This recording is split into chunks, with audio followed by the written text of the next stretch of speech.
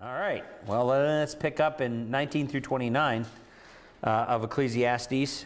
So if you want to take your Bible and go over there, preparing for changes and trials, and follow along as I read. Wisdom strengthens a wise man more than 10 rulers who are in a city. Indeed, there is not a righteous man on earth who continually does good and who never sins. Also, do not take seriously all the words which are spoken, lest you hear your servant cursing you. For you also have realized that you likewise have many times cursed others. I tested all this with wisdom, and I said, I will be wise, but it was far from me, what has been in remote and exceedingly mysterious. Who can discover it? I directed my mind to know, to investigate, to seek an explanation, and to know the evil of folly and the foolishness of madness. And I discovered more bitter than death, the woman whose heart is snares and nets, whose hands are chains. One who is pleasing to God will escape from her, but the sinner will be captivated or captured by her. Behold, I have discovered this, says the preacher, adding one thing to another to find an explanation, which I am still seeking but have not found. I have found one man among 1,000, but I have not found a woman among all these. Behold, I have found only this, that God has made men upright, but they have sought out many devices. We learned in the earlier part of chapter 7 that God purposely is, because of His control and sovereign control over all the events of our lives, He wants us to understand that there is nothing that ever occurs, even the difficult things of life, like death and sorrow and loss. And He even uses other things like rebuke and issues of other people like pride and anger also come into the picture earlier in chapter 7. But all of this is intended by a sovereign God to bring about character in our lives and to build character in our lives. And so the assumption is that God is going to send into our lives sometimes good times, and as verse 14 has said, so in the day of prosperity be happy. God doesn't want us to go around moping. That's not His desire. He doesn't want us to be morbid and backward and sad all the time. He does want us to be happy, and that seems to be a ringing theme throughout the book of Ecclesiastes. But Ecclesiastes is also very realistic, because all of our days are not always going to be prosperous. In the day of adversity, he says, or in the day of affliction, you could say, in the day of hardship, consider God has made the one as well as the other. So the implication is life is going to bring about change. Life, because God's behind it, is going to, it's not always going to be the same. I mean, the people that you know now, if God should tarry and time goes on, you know, some of them are going to pass away. Eventually you'll pass away. But before that, you have people come into your life that'll be your dearest friends, and then later on they'll go on and someone else will come into your life. And these things are, this is part of life. There are changes that will be a part of that life, and with change often comes trial, and we don't like change. We would like to keep things all the same all the time, unless we're in a terribly, horribly miserable situation. Then maybe we want change and desire it. But how do we prepare for all this? And I think that that's the focus here towards the end of chapter 7 in terms of preparation. So in the previous verses in 16 through 18, we learned the importance of moderation, self-control, not going to extremes or becoming too passionate about the things that are under the sun. Don't let passions rule. And the wise person has a good perspective. I mean, at least the wise person, if they're indeed wise, should understand that. Don't go to extremes. In this particular passage, though, in 19 through 29, Solomon continues to explain wisdom in relationship to you in life, the importance of self-control, the difficulty in acquiring godly wisdom, and the rarity to find people who really put up resistance to temptation. Those ultimately are really the wise people. They're the ones who can resist temptation in the final analysis. So that's what we want to look at in these verses. There's a story that's told about Hudson Taylor, who dressed in a Chinese costume while waiting for a boatman to take him across the river, stood on a jetty one day. Presently, a richly dressed Chinese man came and also stood waiting. And when the boat drew near, the man, not seeing that Mr. Taylor was a foreigner, struck him on the head and knocked him over into the mud.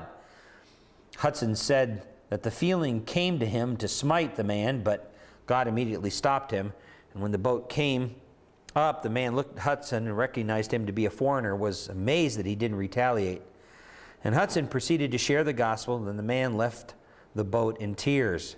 So he actually turned that occasion to an opportunity to present the gospel to him. These are the kind of things we're talking about in terms of trials and hardships that come into our life. And how do you deal with it when those kind of things happen? Well, the wise Christian understands the importance of self-control. And Hudson Taylor understood that as well. God helped him to control his passions, even though he could have become really angry about what this man had done to him. But he actually turned a negative situation in life into a very positive one. And we find out in verses 19 and 20 that this is an important quality of a leader. What is? Self-control is. Being self-disciplined. This is a very important quality of someone who leads. Self-controlled people make exceptional leaders. In fact, he says, wisdom strengthens a wise man more than 10 rulers who are in a city. In other words, it's wisdom that makes a person a really good leader. More than 10 people who are already leaders who don't have wisdom is the implication. In fact, notice that wisdom here in the context is synonymous with self-control. That's the idea. Wisdom is synonymous with self-control. Self-controlled people are the ones who account for the sinful heart of man. They know how to account for that. And he follows right up in verse 19. He says, indeed, there is not a righteous man on earth who continually does good and never sins. A wise man understands that. In fact, when he makes decisions about whether he's going to do this or that, just like this Chinese man who knocked Taylor into the mud, you factor in, we shouldn't count those type of circumstances in life to be unusual. Because why? Because people are sinful. And we should expect them to do evil, wicked, sinful things. We should expect that. And a true wise person is a self-controlled person, and he factors in, I believe, the fact that other people are going to be sinful. They're going to be wicked. He expects people, in some cases, actually to be wicked and to respond in a wicked way. But, of course, the alternative is, and you know how the human heart goes, you know it in your own heart, that our tendency is to begin to get all self-righteous about it because somebody has done evil towards us and act as if, boy, this is beyond what we would ever do. We would never do anything so wicked. And so then we lash back and we get angry and we say hateful, mean things to that person and we retaliate and we do Romans 12, returning evil for evil instead of overcoming it with good. That's what we end up doing rather than being self-controlled. But a truly wise person is better than 10 leaders, is a self-controlled person and a person who accounts for the sinful heart of man. He takes that into account. He understands that people are going to be sinful in their actions and responses. It's also an important quality that keeps the tongue in check, this issue of self-control. And you can see that in verses 21 and 22. He says, there is a tendency here to overreact to what other people are going to say about you. If that's the case, then you're a very prideful hypocrite. Keeping control over your tongue. If you're really taking into account that other people are sinful, and that there, as verse 20 says, there's not a righteous man on earth who continually does good, who never sins. It's not a righteous man who doesn't. Everybody's a sinner. The only exception to that has been our Lord Jesus Christ. But other than that, there is no one else. Well, if that's the case, also, he says in verse 21, don't take seriously all the words which are spoken, lest you hear your servant cursing you. And you act all offended because your servant is complaining, whining, saying all manner of evil against you because you dislike, or they dislike, what they're doing, what you've assigned for them to do. And so here they are cursing you, maybe behind your back or maybe to your face. It doesn't really tell us. I'll never forget several years ago when I worked as an associate pastor on staff of a church. I went with the young people on a trip, and we had one particular young lady who was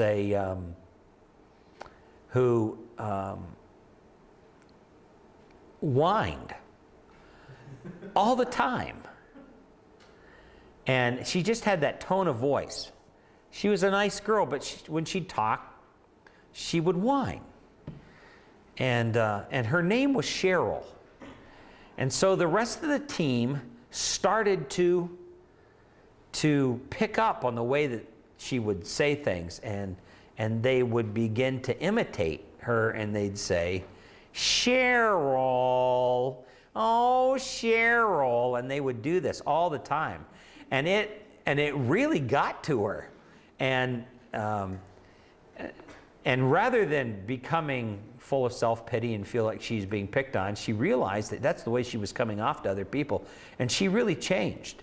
And it really had a really good effect on her rather than a negative effect. And they were kind of having fun with her, but it was fun that was based on truth. She had become, a real whiner. And there are people that are like that. We should expect that. We shouldn't be surprised about that because that's the sinfulness of the human heart. They're going to whine. That's the way it is. That doesn't mean that we just purposely put up with sin. I'm not talking about that, and I don't think that's what Solomon is saying either. But he's trying to save us from that hypocritical, self-righteous attitude that says, oh, I would never do that, and react in pride and arrogance as if, oh, wow, this is some kind of an unusual thing. And then heap all kinds of abuse upon the people that have complained about us. Well, when your servant, he says, is saying something about you, don't take it so seriously. Because, he says in verse 22, he says, when you overreact to what others say about you, you tend to rationalize your own sin. You forget about the times in the past where you cursed others. And you may quickly say, well, I've grown up in a pretty good Christian home, so I've never really cursed other people. I know of people who do curse other people. Well, there's no way in the world that you're going to tell me that you haven't cursed other people from your heart. Somebody cuts you off on the freeway, what do? Somebody that says something unrighteous about you or unjust about you behind your back and you hear about it, there is that natural response that comes up in the heart. And this is what Jesus says to the Pharisees there in Matthew 5 about people who pretend to. They think that they're righteous because they don't say evil things about other people, but even if it's in your heart, and your heart is full of malice, which is a general wishing of ill will towards somebody else, even if that's the case, you're still a sinner. You still curse them from your heart, even though you may have not cursed them from your lips. And that's what's happening here. He says, you realize that many times in the past, you've cursed other people from the heart. So don't act as if somehow your servant is doing this unreasonable sin. Don't act as if you're better than that, because in your heart, you're not. I really think that it has implications to counselees that you'll have that maybe are put into a responsible position of leadership on the job. And they get upset when the people that are under them are complaining about their leadership or not saying such not so nice things about them. And they get self-righteous and indignant about it. And they don't like what other people have said. And they're not exercising self-control, and that certainly isn't wisdom within the context that we're talking about here. Because, and they're really, in the final analysis, being the ultimate hypocrite. So when you overreact to what other people say about you, you tend to rationalize your own sin. And when you overreact to what other people say about you, you ultimately, this becomes your excuse to lose control on them. So then you lose control and you blow up. There's the temptation. There's temptation in the human heart. I think verse 20, you go back to verse 20 where it talks about there's not a righteous man on earth who continually does good and who never sins. It's not just people out there, it's us, it's you, me. That has to be taken into account too. A wise person who's better than 10 rulers understands that there's no one, including us, who has not sinned. And we've sinned repeatedly. And taking that into account is going to help us be more gracious with other people who sin against us. That's the implications here. Exercising self-control and being gracious to other people, even though they may sin against us. There is a tendency for overreaction. Take your Bible and let's go over to 1 Peter chapter 2 and verse 11. Just for a second. 1 Peter 2:11. The entire book of 1 Peter, as we said earlier in the class, is written to people who are unjustly accused and mistreated. And Peter is writing to Christians there in the first century who are undergoing all kinds of unjust treatment, and in some cases brutal treatment. And chapter 2 and verse 11 says, "Beloved, I urge you," he says, "as aliens and strangers, to abstain from fleshly lusts which wage war against the soul." The fleshly lusts are not primarily a reference to sexual sins here, as oftentimes I hear this ripped out of context. But the fleshly lusts have to do with passions, serious passions like anger, when you lose control of your temper, when you become hateful, and that begins to dominate your life. He is warning Christians who are being unjustly treated to not lose control of their passions, because these passions set up a warfare against the soul. They war against us, and those passions will work in us to the point where we'll rationalize losing our temper against the other person who has so unjustly mistreated us.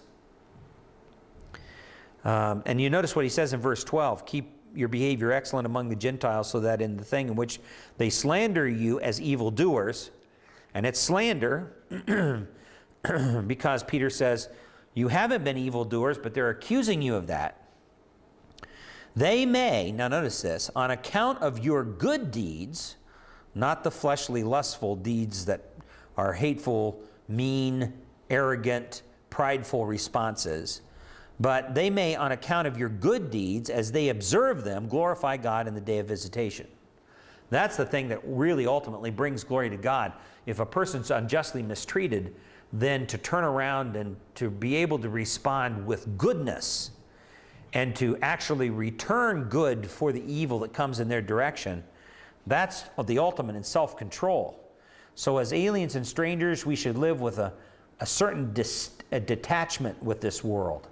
So what does that mean in this verse? Well, I think you've got to hold yourself away, abstain from fleshly impulses or passions which belong to the selfish or the lower side of your sinful nature. Why? Well, because they carry out some kind of a military campaign. They wage war against your soul. And it's in the present tense. It's a continuous campaign. These passions will eat away at you. If you harbor hatred and anger, and you become easily indignant at other people, and basically this is your excuse for losing control. This is your rationalization for returning evil for evil. See? Now you say, why in Ecclesiastes 7, now is Solomon getting into all of this this talk about self-control and controlling our tongue and factoring in the fact that all people are evil and that there's no one who has never sinned. Why does he get into all of that? I think it's very clear that the people of Israel, he is preparing them for the future. He's saying that there is a future ahead where they are going to be unjustly mistreated. They're going to be hated. And their tendency is going to be to become indignant, arrogant, hateful, mean in return. It will embitter them. But he says, you know, it's not the wise who do this. It's not the wise. And wisdom, in this particular context, is synonymous with self-control. A self-controlled person is not going to allow those passions to gain control. And Peter has the same idea. I mean, it is true that as Christians, we are supposed to live with a real sense of we're aliens and strangers passing through this world. You know, that old chorus, this world is not my home, I'm just a passing through, my treasures are laid up somewhere beyond the blue. I know that there are some problems with that theology because it's easy to just totally discount this world. But there is an element of truth to it too, that we are aliens and strangers here, and there's a point at which when people hurl their accusations and comments about us or our counselees, then we have to encourage them to have the mindset, hey listen, we're passing through here. We can't take this personally or seriously. And in fact, we shouldn't. And if we do, we're going to lose self-control. We're going to end up harboring bitterness and then reacting in indignant anger towards them. And then we're going to regret our responses. So, Ecclesiastes 7 gets into this because I really believe that Solomon is preparing his people for hard days ahead, for times of mistreatment and hardship that's ahead. Well, there's a second area too, so let's go back to Ecclesiastes 7. The wise Christian then understands the difficulty of acquiring wisdom. The difficulty of acquiring wisdom. It's difficult because man is limited. And remember how we said that the key, I think the key to the final verses of chapter 7 is the issue of self-control. And that's synonymous with, in this case, wisdom. What is wise? A self-controlled person is a wise person. A wise person is always self-controlled. Okay? If we're not acting in wisdom, then we're not being self-controlled. We're not being wise. Now, you'll notice here in verse 23, he says, I tested all this wisdom, and I said, I will be wise, but it was far from me. He realized at this particular point that this was going to be tough. Now note here that his desire for wisdom is not lacking, but meaning the conditions of what it truly meant to be wise is what is lacking. All right? That's what's lacking. His desire wasn't lacking, though. And take your Bible just for a moment and go over to Proverbs chapter 14. Look what Solomon had written earlier. That was too quick for me. I didn't quite follow that. Proverbs chapter 14. What is it that you didn't follow? How he was saying, I will be wise, and what you understood that to mean. And how it was far from him. Because the other folks took two completely different. Right. Well, he said in verse 23, if you take a look at verse 23, he says, I tested all this with wisdom. Yeah. And he says, I said, I will be wise. But he says, it was far from me. In other words, by saying it was far from me, it was hard. It was hard to become wise. And what made it hard? Well, it's hard to acquire self-discipline. And he's going to illustrate this in a minute. It's hard to really be a genuinely self-disciplined person in this life when there is so much going on that tempts us to be otherwise. Does that help you? Well, I understood it to mean that he had the intention of becoming wise, but the profundity of wisdom was something that even his skills wouldn't fully grasp. See, I don't think that that's... It stayed far from him. Yeah, and we've got to be real careful that we begin to equate wisdom with intellectual insight. Yeah. And here, contextually, wisdom is not that. Wisdom is self-control. It has to do with moral behavior and exercising control over our passions. That's wisdom. And he says, you know, I gave myself to go after wisdom when I realized what it was, and I found out this was harder than I thought. This is far from me. I thought I was going to be able to go right out and get this. But I realized this whole issue of self-control is it's a good distance from where I'm at, he says. Now, go over to Proverbs chapter 14 and verse 6. It's very interesting. There in Proverbs, Solomon says, a scoffer seeks wisdom and finds none, but knowledge is easy to him who has understanding. One of the things we know is that a person who mocks or scoffs is a person who wants to treat spiritual truths as being simplistic, as being easy, as being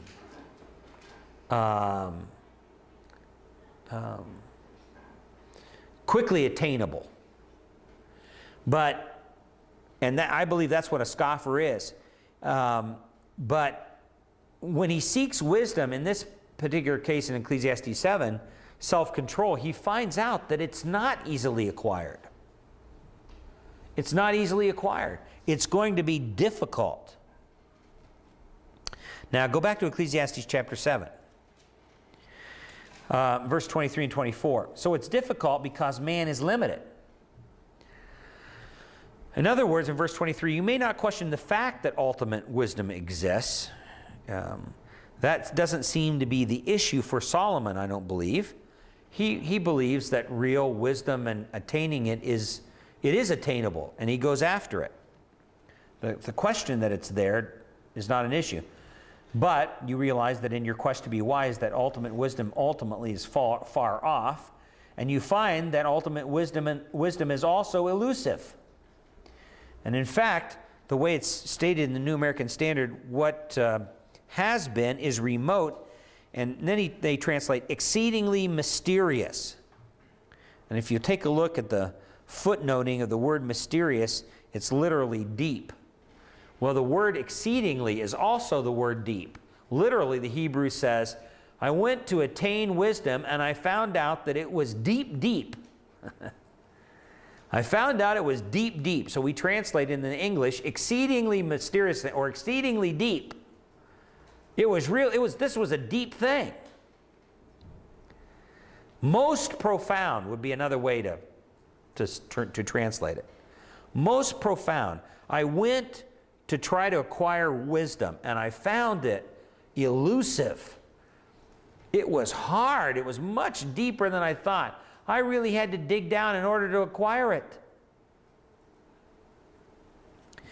Now, remember, again, at the earlier part of chapter 7, he's taking us through this transition where he's talking about it's the hard times of life that really build godliness and godly character. And part of that godly character is becoming genuinely wise in a godly sense. And Solomon is saying here, when it comes to really being wise, I found it to be exceedingly deep. It was deep, deep. It was most profound. It's difficult also because man is irrational. Not only because man is limited, but man is irrational. Verse 25 says, I directed my mind to know, to investigate, to seek, and an explanation, and to know the evil of folly and the foolishness of madness. He says, well, you attempt to understand life by mere human logic. Logic is good, but ultimately it's going to be inadequate. You know why? Because logic fails us when we're faced with an incredible temptation that grabs our passions.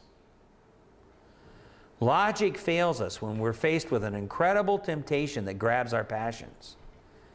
In fact, logic actually ends up turning against us. And you'll be counseling people that are like that. People who think that they can handle the world and all of its temptations on a cognitive level. And yet when they come face to face with something that's incredibly tempting, their logic fails them. And in fact, it turns against them. Because it's really not so much what they think that's at issue. It's what they want that's at issue. It's the desires that reign and rule in the heart. So you attempt to understand life by mere human logic, and you find out that many of life's situations do not fit your logic. There are things out there, deeds of folly and foolishness, that somehow just don't fit. Men often do what they love, not what's right. So passion rules. Wisdom does not. Passion rules, but wisdom does not rule. So when he says, and to know the evil of folly and the foolishness of madness, he says, really in the final analysis, I couldn't rationalize that. I had a difficulty rationalizing it. So you attempt to understand life by mere human logic, and that's okay, but you've got to realize that logic has its limits, and that man does not always act logically. Now, let me comment about one other thing here, and that is, I believe that as counselors we fall into this trap too, because we expect our counselees to respond on a logical level to us. And so we persuade them, and we use the Scriptures, and we think that we're doing an effective job, and they assent to the truths of the Word of God, and they walk out and they're ready to do their homework at the end of the day and really work on these problems from a biblical perspective, and we find out that during the next week or between our next appointment, they failed again. And that's because we've only appealed to the cognitive domain. We haven't appealed to their desires. We haven't asked them to really substantively change their desires. We've asked them to change their minds, but not their desires. So, verse 26, we also find out not only is man limited, man is irrational, but also man is sensual. See, this is where the passion really comes in. So when your life then is chained by sensuality, it's a life worse than death. He says, and I discovered more bitter than death the woman whose heart is snares and nets, whose hands are chains. One who is pleasing to God will escape from her, but the sinner will be captured by her. Now here's a person that's caught up in sexual lust. And he says, try to make sense of this logically. You can't make sense of this. In some cases, a person actually destroys his own home and house in order to fulfill this kind of thing. And there are just countless scenarios on that out in our world today and in many churches. Take your Bible just for a moment and go over to Proverbs chapter 7. Proverbs chapter 7.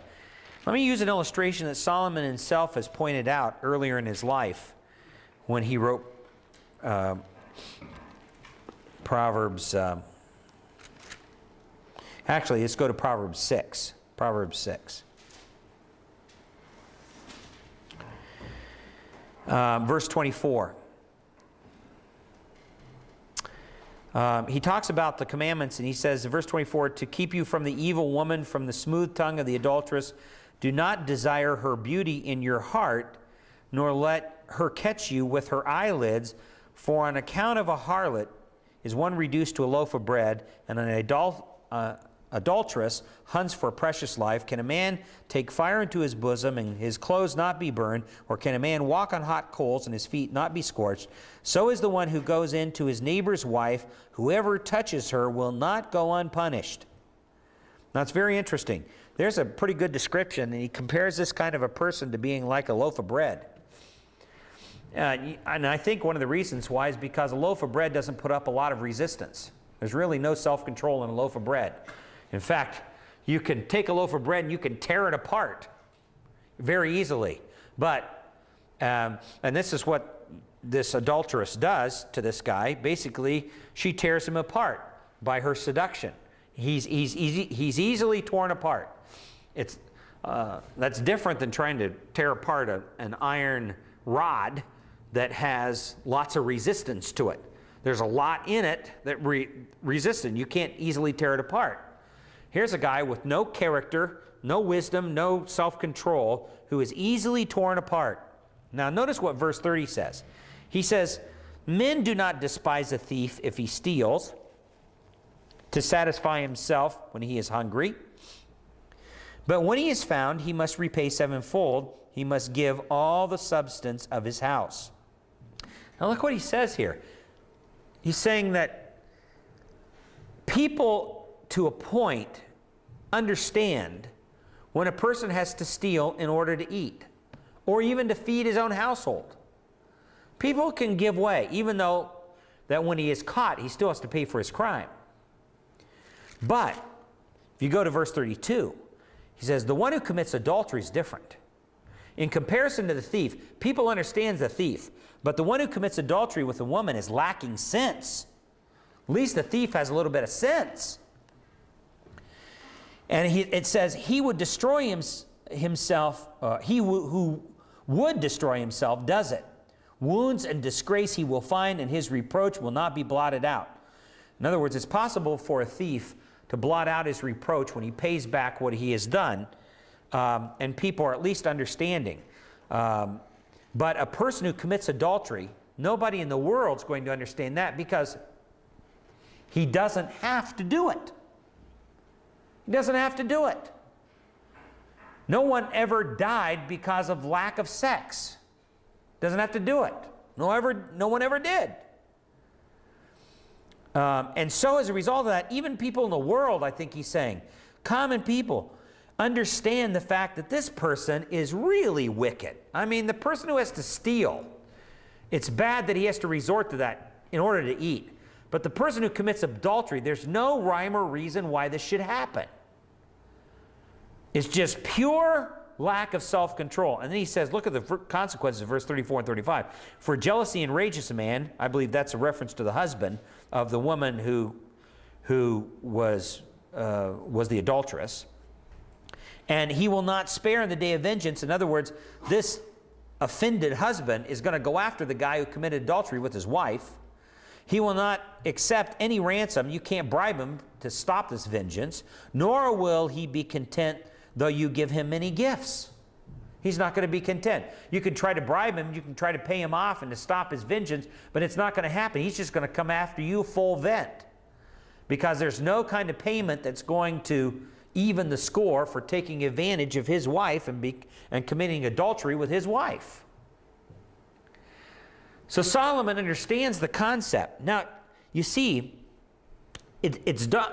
When Solomon back in Ecclesiastes 7:26, it's difficult because man is sensual. A person is chained by sensuality. At least that's their feelings. That's the way that they feel. They feel like they're chained. They feel like, well, I can't do anything else. That's just the way I am. And I want you to know that is really God's curse upon our feelings. It is that feelings of helplessness, the feelings of being out of control. There in verse 26, this is the person who feels like he's been captured by this woman. Romans 8 talks about it being our enslavement to corruption. That's the feelings of sin when we have given ourselves over to fleshly desires and passions in terms of sensuality. We feel that we can't say no to it. We're captured. And this is a very powerful, powerful force in humanity. And this is the reason why Solomon says that I've discovered more bitter than death. More bitter. Now this is quite a contrast to what he said earlier about death being such a good thing in terms of teaching us what life is all about and building character in our life. He says more bitter than death is being caught up in sexual sin, like in a snare and a net.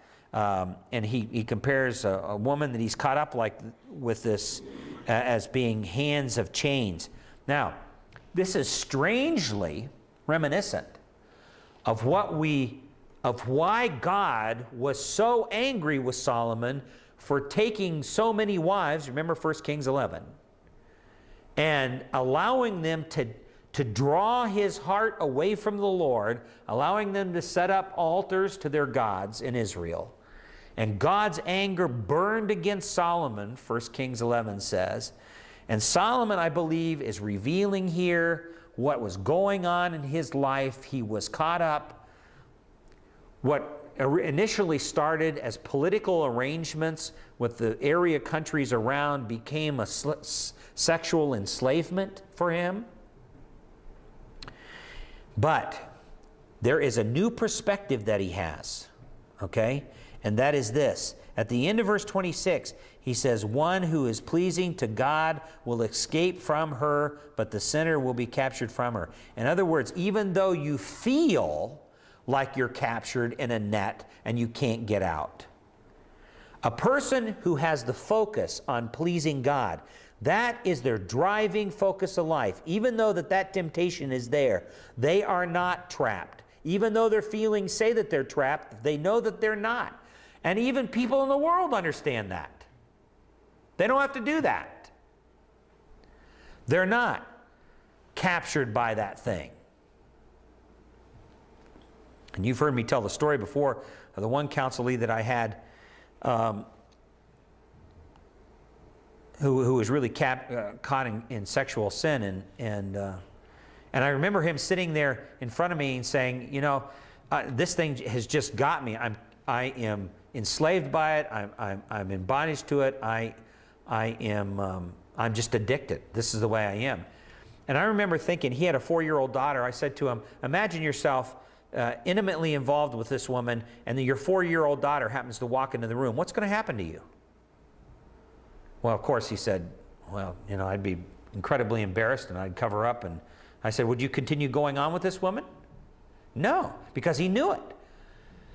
Even though his feelings were telling him that he was hopelessly addicted, that's what his feelings were saying. He knew enough in terms of righteousness to know that the fear of the shame of his 4-year-old daughter seeing what was going on was more powerful than that sexual drive. The fear of man was more powerful than the sexual drive. See? He knew that. He understood that. And that's true. And I don't think that's anything new. I think that most people in the world understand that to be true. So, now, going back to our argument in Ecclesiastes 7, here Solomon is saying, listen, wisdom is hard to attain because man's limited, man's thinking and logic is limited, man's irrational, his logic is off the map, and man is controlled thoroughly by his sensuality. That's what makes this deep, hard to attain. In other words, it's a life devoid of real wisdom and meaning. When life is chained by sensuality, that's what it is. And then secondly, then when your life is committed to pleasing God, that you will escape the sensual trap no matter how great the appeal. Wisdom is a heart that desires to please God. In other words, let me say this. I think that at the end of chapter 7, Solomon is stressing the fact that the key to self-control, which we have said earlier, is wisdom, is a man who, or any person who is focused upon pleasing God. That is key. That is key to everything. You know, in marriage counseling, when a husband and wife come in and they're at odds and have been at odds with each other for such a long time, there's no hope, they think that the only place that they're headed is towards divorce. You know, one of the key things that I love to say in one of those initial appointments is this: love begins with a desire to please God. And when I'm working with someone who comes in and says that they're addicted to the compulsive behavior of some kind of sexual practice, adultery, masturbation, whatever the case may be, when that's the case, I love to begin with statements like this, that self-control begins with a desire to please God. That's where it begins. There's the starting point. Self-control begins with a desire to please God. That has to be there. That becomes the issue. See, that's different from the desires for self-fulfillment, the desires to follow our feelings, the desires to fulfill sensuality. This is a desire to see that God is pleased in my life no matter what. So when a person's life is truly committed to pleasing God, you're going to escape this trap of sensuality. Now you'll notice how he closes in verses 27 and 28. The wise Christian understands the rarity of the rarity of this self-control and resistance to temptation. This is hard. It's deep. It's hard to grasp. It's far from me, Solomon says. And he says, behold, I've discovered this, says the preacher, adding one thing to another to find an explanation, which I am still seeking, but have not found. I have found one man among 1,000, he says. It's rare among men, he says. Resisting temptation is a wisdom that is rare to find among human beings. Resisting temptation is a wisdom that most men, and here the words are very deliberate, in this case male, not the generic man, but males, don't possess. And he throws out a statistic. 1/10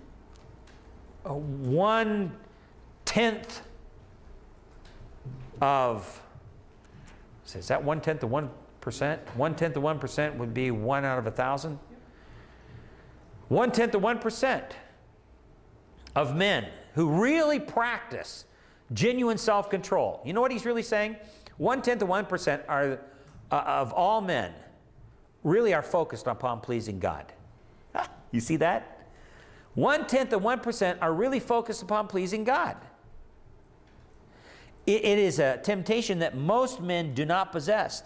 Most men are not wise because they cater to their feelings and pleasure rather than righteousness. Most men are not wise because they cater to their feelings and pleasure rather than to that of righteousness. That's why it's such a rare thing.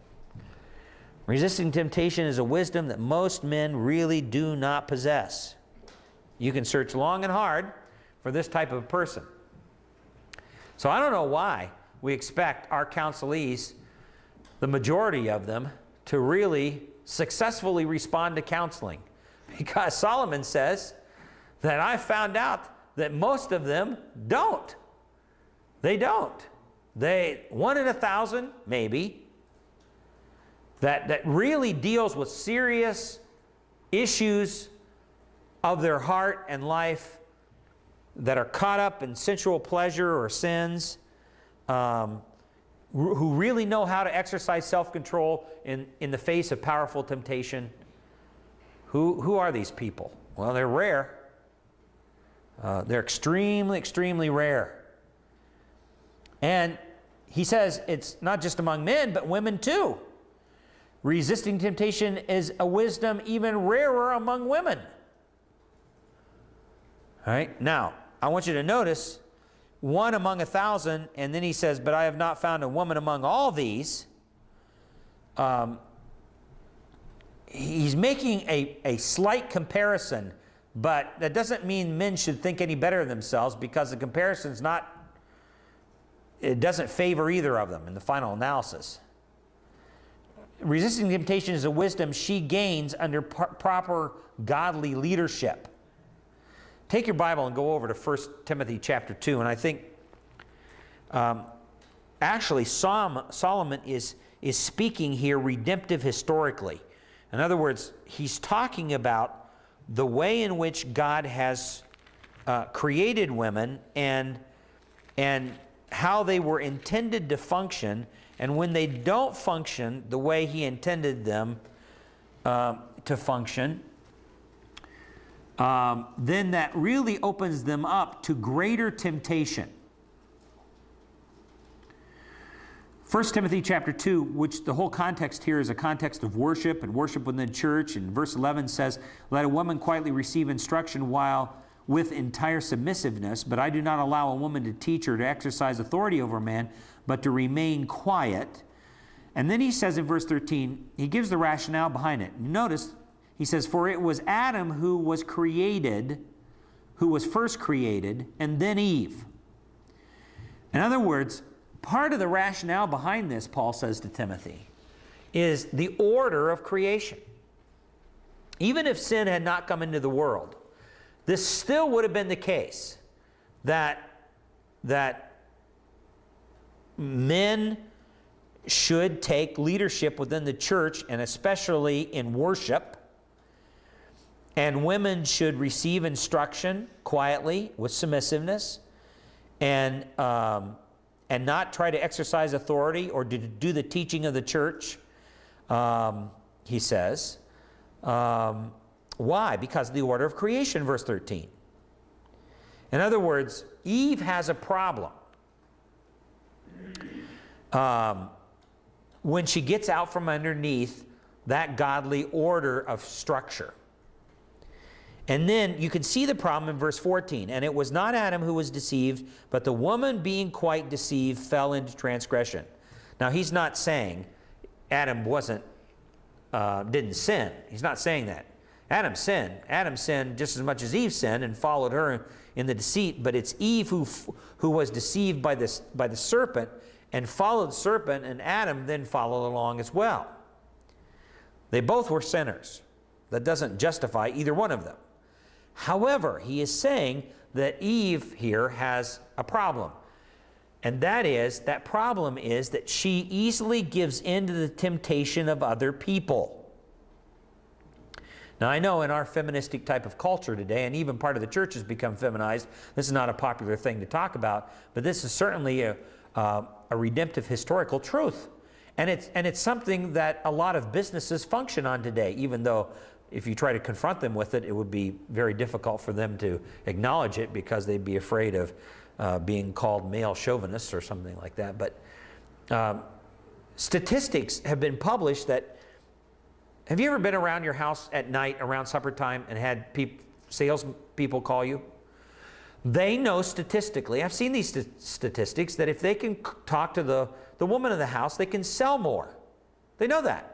When I answer the phone around supper time, and I always hate it when they call, they're always selling windows or insurance or something like that.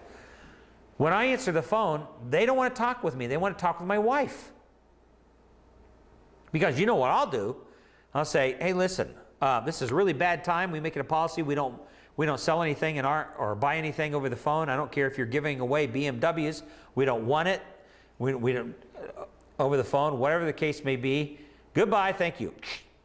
You know, and my wife will stand there and go, you know, where she'll be a little bit more gracious. She'll listen to the whole explanation, and then later at the end she'll say no, but she'll listen to the whole thing. I don't even bother with it. They're rude enough to call during supper time, which that's the reason why they call during that time, because the family's gathered.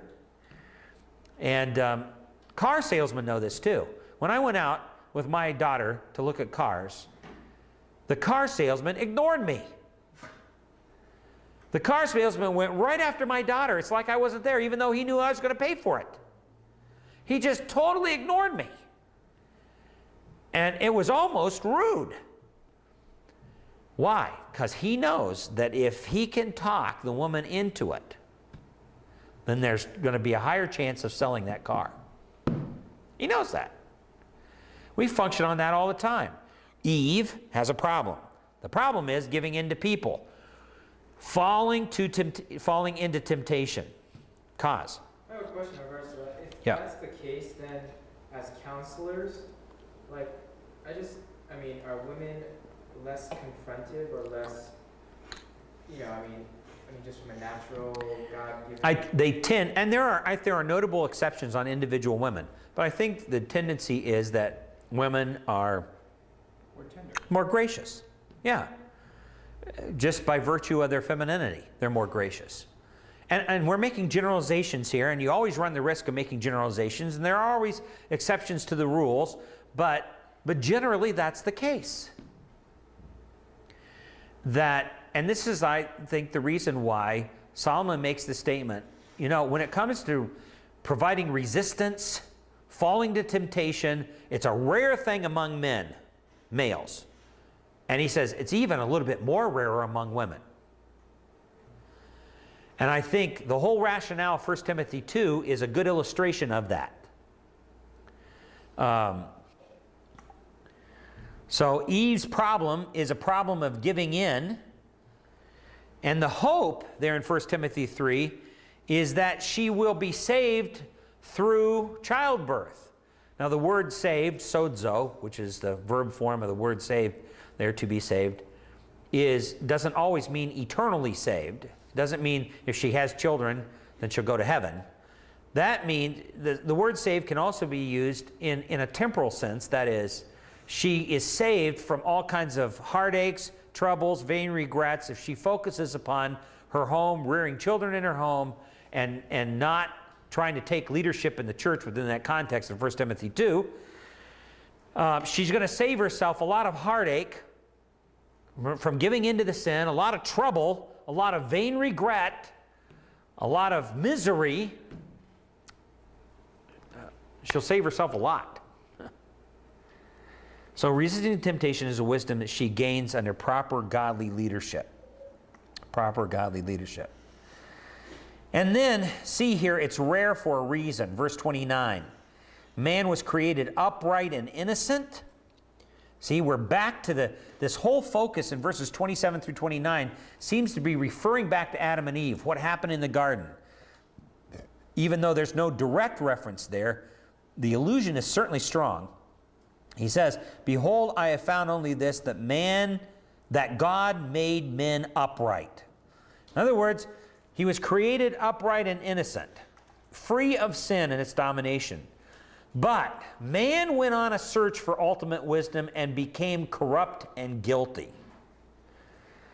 Man went on this search, and he thought that somehow this ultimate wisdom thing was going to be found in taking of the tree of the knowledge of good and evil, and that's the way, and he gave in to the temptation of Satan, and I'm speaking now man generically. So, but he says, and there's a strong adversive here, but they have sought out many devices. That's why they became corrupt. So if we were to summarize chapter 7, would summarize it something like this, that God sends change and trials into your life, which brings misery. But as we said earlier in chapter 7, misery is the key to a blessed life because it develops godly character. It teaches you to trust His ultimate wisdom while practicing perseverance and self-control, which this in turn results in godliness. And we would probably add to that, if we had a little bit more room, that the key or the very beginning of self-control. Self-control begins with a desire to please God. That's where the focus ultimately comes down to. Now you see how in chapter 7 there's a whole change of focus. Solomon has gone from describing his life in an autobiographical sense in the first 6 chapters to definite, deliberate teaching about what life is really about and how to live life in this world, how to live it. So, that brings us to the end of chapter 7.